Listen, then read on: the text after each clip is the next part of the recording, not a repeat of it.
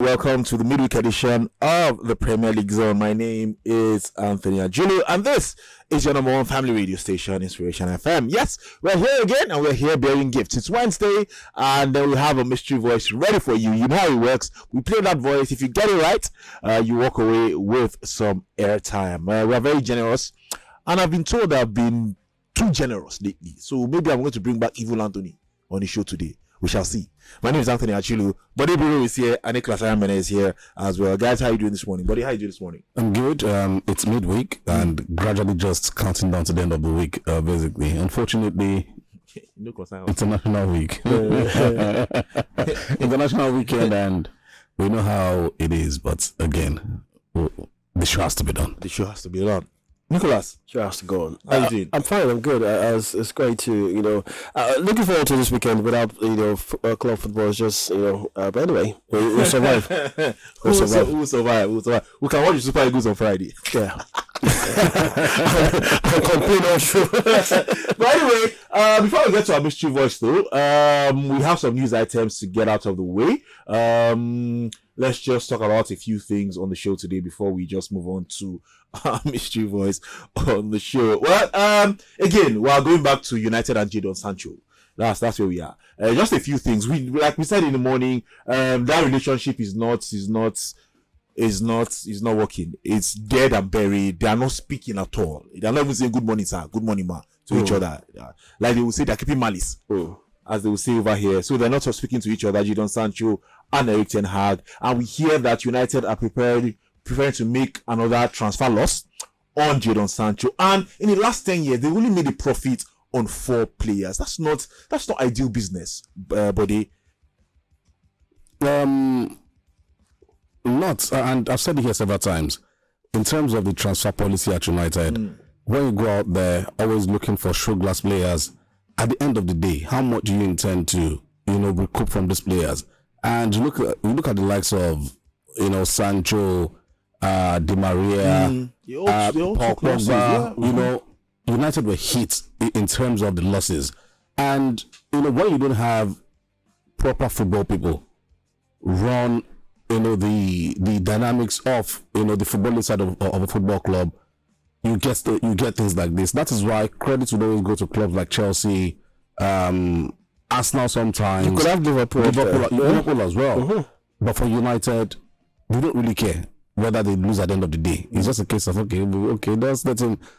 It's just unfortunate, and that's why I do feel the old Sancho stuff could have been resolved before it's gotten to this old mess.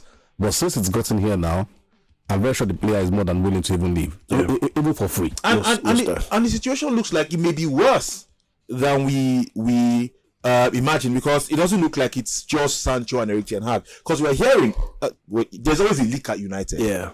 Now, somebody has snitched. Somebody has snitched at United that the players at United are not really feeling the actions of Erik ten Hag, and they are, in quotes now, disgusted by the treatment of Ronaldo and Sancho. I don't understand. It doesn't make for a good. Let me come to Nicholas in this one actually, because I know your thoughts on this one. Nicholas, it doesn't make for a good and settled dressing room, and this is maybe why United are maybe struggling so much this season. And you could put everything actually on Erik ten Hag, because I feel it didn't handle the situations well at Manchester. First was the Ronaldo issue, and now John. But remember, there's also Paul Pogba, who actually took everything United out to try him, and he left for free. So talking about bad business, that is one business I think United did not handle well. For Erik ten Hag, he probably should have done this business of Jadon Sancho in a way that would not affect the other players. The other players don't see him as a villain or see him as somebody winning games, you're having issues with the players. There's no as a matter of fact, the first time Manchester United is not united because the players are actually, saying stuff behind his back, and that does not go well for a coach who is actually in trouble, who needs to get United to where they belong to. I think there's too much for him to handle on the pitch issues, off the pitch issues. Probably maybe Jadon Sancho would have been a perfect example to show that I am a coach player kind of person, but the relationship between the coach and the players, I think, is deteriorating every day. But are we going to get a situation where there will be a player revolt at United? Are we heading to that, or is too soon to imagine You've things not like noticed that? it's happening already. There's a player revolt already? It is happening already. That is why some players are not pulling their weight. Because for players who did well enough last season, what changed all of a sudden? The likes of Marcus Rashford dropping his head, looking so uninterested. You know, see, people would say, but they want one thing. You don't like it. It's not about me not liking ETH or whatever it is. The truth is, because the cane you use in flogging the old wife, you definitely use it on the new wife as well. So, like Ronaldo, like Sancho, and a lot of United fans who are supporting this nonsense at this point in time, I'm very sure when United do not finish in the top 4, they'll come out and blame the coach. They'll shift attention on ETH. He did this one, he did that one. Me, I'm saying it early now for them to listen.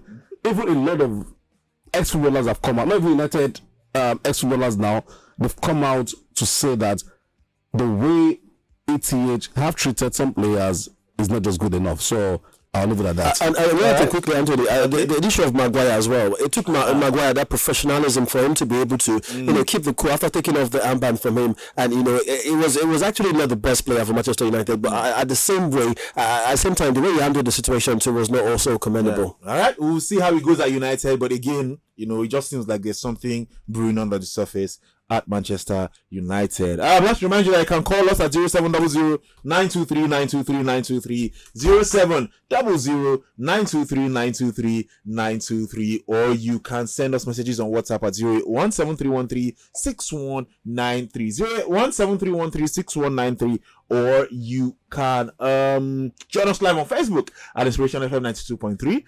All you have to do is leave your comments on the live feed and we'll read them on the show. Charles Chidozie has done just that. He says, Anthony has finally said why he will never leave this Sancho matter alone. A transfer loss always coming up with conspiracy theories about United that he can't prove. Baba, take 30 minutes of your day and poke into Liverpool matters. You'll find something. You'll find something anywhere. But United are in the front burner right now, and that's what we're talking about there.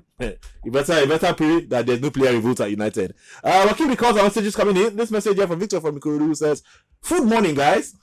Food morning to you. I've not received my letter. Did you win last week? If you won last week, then you did not send your details in before we left the studio. We always tell you, send the details in before we leave the studio so we can sort you out. If it wasn't last week you won, then you have definitely been sorted out. Everything has been cleared. Only the person that won last week did not send their details in. So please do that right now. Let's quickly go to Chelsea, where we hear Nicholas Jackson has pulled out of the Senegal squad. He's had to have surgery on his wrist, but the gist is that he'll be fit enough to play against Arsenal when the international break is over. So we'll see how that goes. Came at the perfect time. Came at the perfect time, actually. Let's leave this one. Let's not be a see because Charles I'm saying let's leave it. I will not go there. I'll leave it alone. Okay, let me just take Body's opinion on this. Rennie Mullinston, the former Fulham coach, former United assistant coach as well. He says that Varane and Casemiro have lost a yard of pace and they can't handle the pace of the Premier League right now. Do you agree with that? It's obvious. Let's not lie. Casemiro in particular has been really poor this season. He needs a partner desperately. Someone who will do the dirty work for him. And he will just be the brain behind the defensive shield. Basically. And for Varane, injury to injury tomorrow. Only it's agency into the future. You know what I'm saying? We'll see how that goes. Let's take this message here. Chelsea have injury are twins. From Disasi to Jackson. Well, Jackson is not really injured. He will be back. And I've gotten your details. Thank you very much. We'll sort you out. Don't worry. Let's see now. I think before we go to our mystery voice, Howard Webb was on Sky yesterday. Yeah. Talking plenty of rubbish. Yeah. He said that he didn't want to, Michael Oliver probably didn't want a negative impact in that game between City and Arsenal. That's why he did not give Kovacic a red card. I'm sorry, what? A red card is a red card. What? And that was what I was saying on Sunday as well. Because when I saw both incidents, I was like, Kovacic should be carded. Definitely. It was obvious. Now the whole mess the Liverpool situation has caused is the fact that now the referees have become so careful. Yeah. And rather than give valid calls now, they'll be like, okay, before they talk, let's just allow it flow. It's better not to give it than to give it. I think that is where they are at this point in time. No. But it is ridiculous. Like the referees always say, the law is the law. Look, it's not about the law is the law. The law is the law. But when it's obvious, VAR is here to help To assist the law the make law, better decisions. yeah. A foul is a foul is a foul. If it's a red Irrespective. card, it's a red card. I don't understand. And the fact that our rep came out with a statement, he was talking about the incident with Liverpool and also that of Arsenal as well. I think we need to do better. It's not about wanting to spoil the game. If we give the card to spoil the game, but is it an offense? I don't understand. It's an offense. Everything I've heard since that Liverpool incident has sounded. The more they talk, the more they expose themselves. The more ridiculous it gets. So I don't understand. If it's a foul, if it's a goal, if it's a red card, if it's an offside, you have to give it for what it is. You have to give it. All this Kovacic should have been sent. we cannot go. Is that how you're appreciating the game? It should have. You cannot go back. You don't want to have a negative impact. Are you kidding me? They need to do better. If you enjoyed this video, hit the subscribe button for more. Leave a comment and like. Thank you.